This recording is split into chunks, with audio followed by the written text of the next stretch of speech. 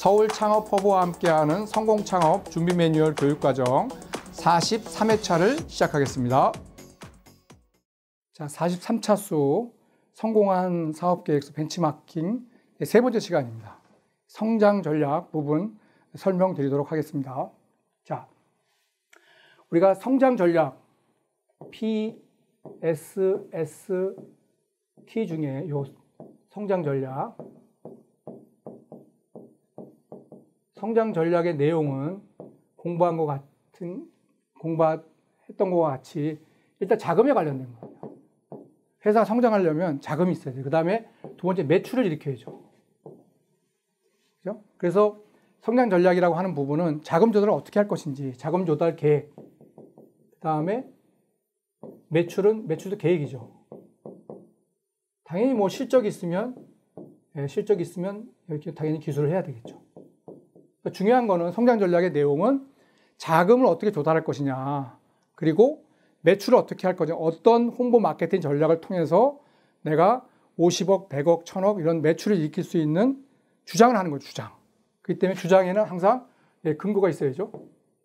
그래서 우리가 심사할 때 주장을 뭐 100억을 하든 30억을 하든 그거는 창업자의 마음이지만 그 주장의 근거가 되는 데이터가 뭐가 있나 이런 관점에서 보기 때문에 항상 자기 주장을 할 때는 근거를 제시를 하셔야 됩니다.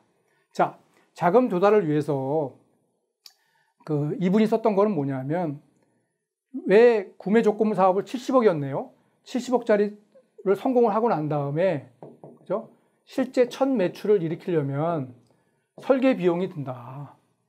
그게 한 5천만 원에서 6천만 원 든다. 이 설계 비용을 받기 위해서 내가 창업 지원 자금을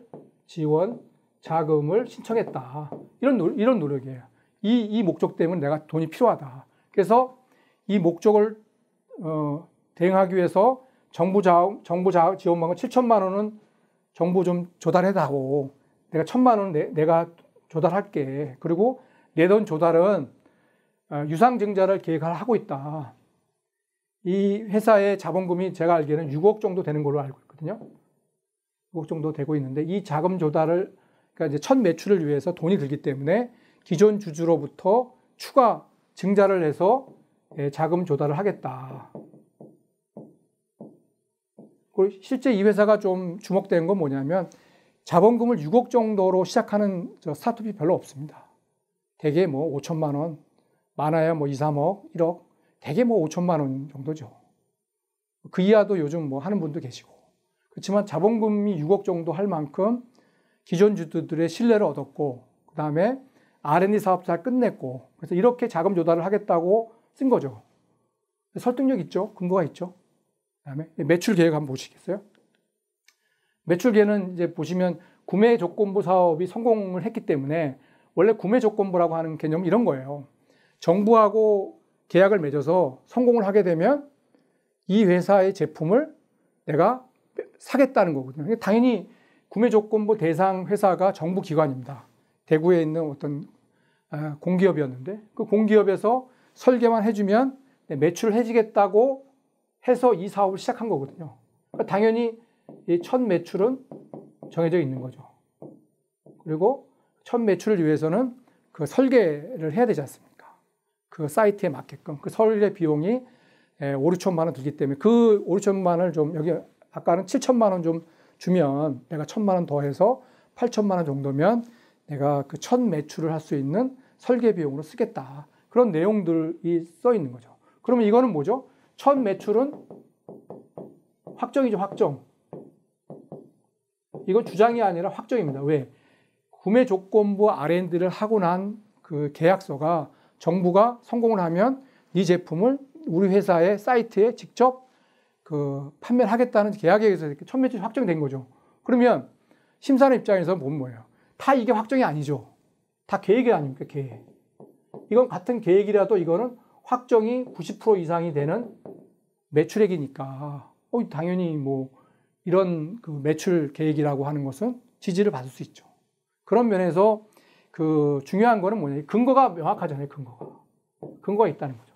이런 사업 계획서는 오케이. 그 다음에 추가적으로 성공하게 되면 이런 회사로 계속 2단계, 3단계 영업을 하겠다고 쓴 거는 이게 성공하면 이거 성공한 걸 가지고 또 야, 이거 성공했으니까 니네도 한번 해봐라 이렇게 영업을 할 수 있죠. 그리고 이게 B2B죠, B2B.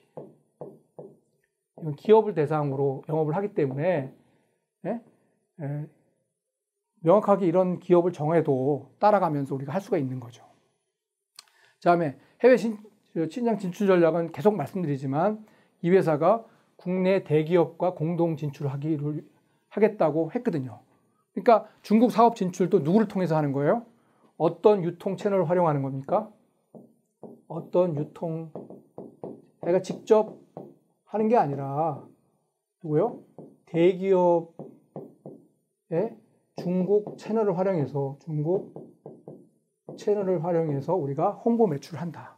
내가 이 중소기업이 해외 시장에 진출한다기보다도 이런 유망한 대기업과 같이 진출한다고 하고는 이런 근거가 객관성을 띠는 거죠. 이처럼 그 성장 전략은 자금과 매출 계획인데 매출 계획이나 자금 계획이나 근거 있게 써야 된다 하는 점을 여러분 꼭 주목해서 여러분 기억하시고요. 아무렇게나 막 쓰시면 안 됩니다. 심사위원들의 그 근거를 객관적으로 담보할 수 있는 그런 내용들을 쉽게 설명하면 됩니다.